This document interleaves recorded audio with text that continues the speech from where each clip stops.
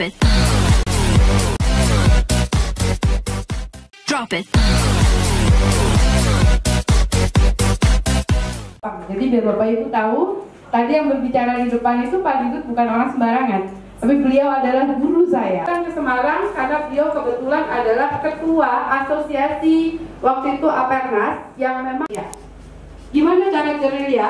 Ya kami cuma ngambil misalnya dari misalnya ada 10 ustadz atau 10 kiai di sini, saya lihat mana yang pertama. Kalau saya cari konsumen, kenapa saya bisa cepat? Yang pertama, saya mencari orang yang butuh rumah.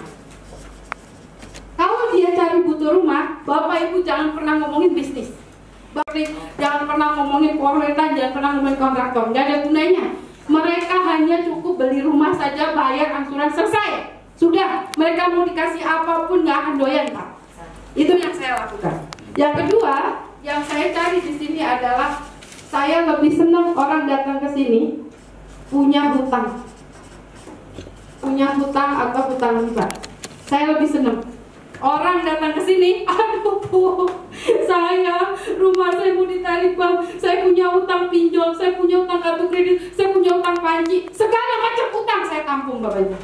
Oke Bapak Ibu, kalau Anda punya utang, silahkan datang ke kantor saya presentasikan setiap hari jam 1 siang. Silahkan, apapun masalah Anda, insya Allah lunasin. Kok bisa gitu Bu Putri? Datang dulu. 3 hal itu aja yang saya presentasikan sama mereka. Jadi saya tanya dulu kebutuhannya. Butuh apa nih? Lunas utang. Oke, punya modal nggak? Ya alhamdulillah nggak punya dong Bu. Ya udah nggak apa-apa. Tapi modal kekuatan kepepet punya nggak? Punya Bang. Saya gimana? Udah. Kalau kepepet, tugas Anda nyantren aja di sini. Gimana cara nyantrennya? Setiap hari undang orang minimal bawa 2 orang. Do anything bawa 2 orang. Bahkan dulu ada sampai satu kiai atau siapa perkumpulan apa gitu, saya buka PKDI apa butuh rumah, ya udah ngomongin rumah aja sampai elek, speknya ini, lokasinya ini, rumahnya ini, bayarnya begini, cara daftarnya gini, selesai. Tapi kalau dia butuh utang, nah ini yang harus kita cari. Nah ini salah satu saya cari orang yang masuk dari sisi si A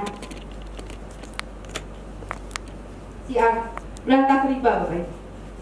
Nah ini kalau Bapak ketemu orang yang niatnya karena Islam, karena agama, karena ingin beribadah, jangan cerita ini Bapak Ibu. Hanya fokus kepada 3 orang ini dengan kuasa Allah 3 bulan Bapak Ibu. Dengan konsep Caman Properly, insya Allah plus minus 2.500 sold out Bapak Ibu. Tepuk tangan dong buat Kopernas Bapak Ibu. Ya, jadi Bapak Ibu biar tahu kenapa kita pede mencari tanah yang bisa 4 bulan dicicil. Karena plus minus 4 bulan itu saya akan mencari dulu konsumennya. Jadi ingat, Kopernas tidak dibentuk dari punya duit, tapi di Kopernas dibentuk dari konsumen dulu. Jadi yang paling penting kita kuatkan dulu konsumennya di lokasi tersebut. Saya banyak sekitar 4-5 kali itu di Ciampea, saya pindah lokasi sampai 4 kali Bapak Ibu. Kenapa? Karena ketika saya beli lokasi, yang pertama Bapak Ibu, dia mau di PPJP. Setelah sudah berjalan sebulan, setan kuntilanak masuk semua dulu atau cari konsumen dulu, bukan Bapak Ibu. Tolong ini dipahami, karena ini adalah anatomi Kopernas.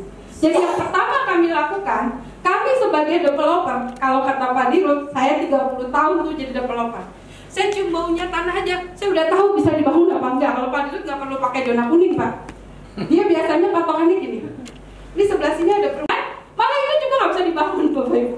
Makanya saya bilang ini aneh nih, padahal kiri kanan perumahan. Pas kita taruh di titik itu, ternyata lahan basah. Jalan masuknya berapa meter? Penting buat dia jalan. Jangan sampai Anda ditawarin lahan, masuknya pakai helikopter. Jadi hati-hati nih. Banyak orang nawarin, Bu ini bisa gini-gini. Pas kita tanya di depannya, maaf Cina Bapak Ibu, dia biasanya nggak mau. Ini saya pengalaman saya ya. Kalau pemilik tanahnya asing nggak dengan pemerintahan, minimal nggak terlalu jauh, mau setengah jam, mau 15 menit, oh ternyata dekat dengan wali kota, oh ternyata dekat gubernur. Ingat, lokasi kami nggak perlu di tengah kota, lokasi kami cukup di pinggir nggak apa-apa, tapi nggak jauh dari pemerintahan. Atau yang paling bagus, Pak Dirut lebih senang kalau lokasinya dekat bandara. Kalau ada lokasi dekat bandara, mau 2-3 hektar siap, asalkan dia mau dicicil 5 tahun. Jadi Bapak Ibu, kalau kita mau cari lahan, yang paling penting kita lakukan yang pertama kali adalah Ya, Bapak Ibu. Satu, cek peruntukan dulu. Peruntukan sudah oke belum? Kalau bisa kita cari PP1. Udah tahu belum tadi PP1 artinya apa? PP1 artinya 60% dari lahan bisa dibangun, 40% pasos-pasung. Ya, Bapak Ibu. Kalau PP2 itu berarti 50%. 50% bisa dibangun, 50% pasos-pasung. Yang paling agak berat adalah di PP3.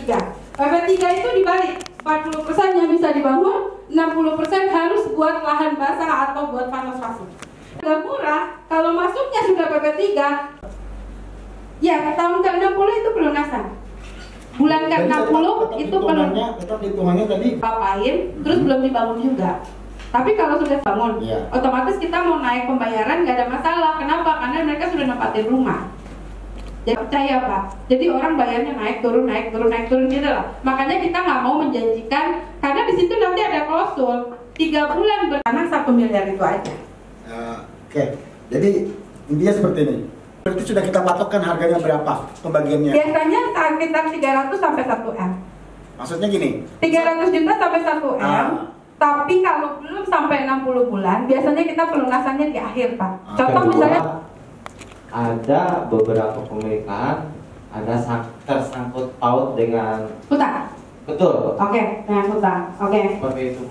Oke, apa lagi?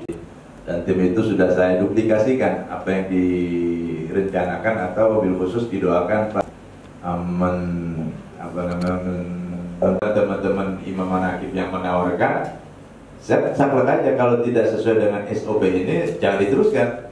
Ketika mereka mengatakan seperti tadi harus pakai DP, kemudian harus Nah sekarang Pak, ini ada orang di depan Bapak nih yang serius ya, yang insya Allah kita ini valid. Bapak bisa cek di YouTube, bisa cek di mana, atau datang ke kantor kita. Kita serius mau beli Pak. Saya ayo Pak, taruhan nama saya Pak. 4 bulan belum tentu juga Pak ada yang beli tanah Bapak. Nah sekarang 4 bulan kita ngasih duit loh ke Bapak walaupun dicicil. Tapi Bapak punya masalah utang, punya masalah apa? Insya Allah Pak bisa kebayar dari sini. Misalnya 100.000, kalau di hutang 150, ya kalau kita sah-sah aja Pak, nggak ada masalah. Karena kita tahu kita bayar 5 tahun, kan dia ada mungkin proses inflasi atau apa, kita naik pun nggak ada masalah. Kita tahu diri juga. Jangan kita nawar 100.000 tapi maunya hutang terus, nggak. Kita fleksibel. Oke deh, kita naik 130 nggak apa-apa karena saya bayar dicicil 5 tahun. Kita nggak keberatan. Solusi juga, nggak ada masalah. Jadi kalau harga kita nggak ada masalah. Yang paling penting dia mau dicicil 5 tahun, udah itu aja. Karena kuncinya itu. Oke, sampai sini udah saya jawab semua. Ada yang mau tanya? Oh lagi melayang. Tadi melayang kemana? Nego 100, utang sama aku maksudnya tadi.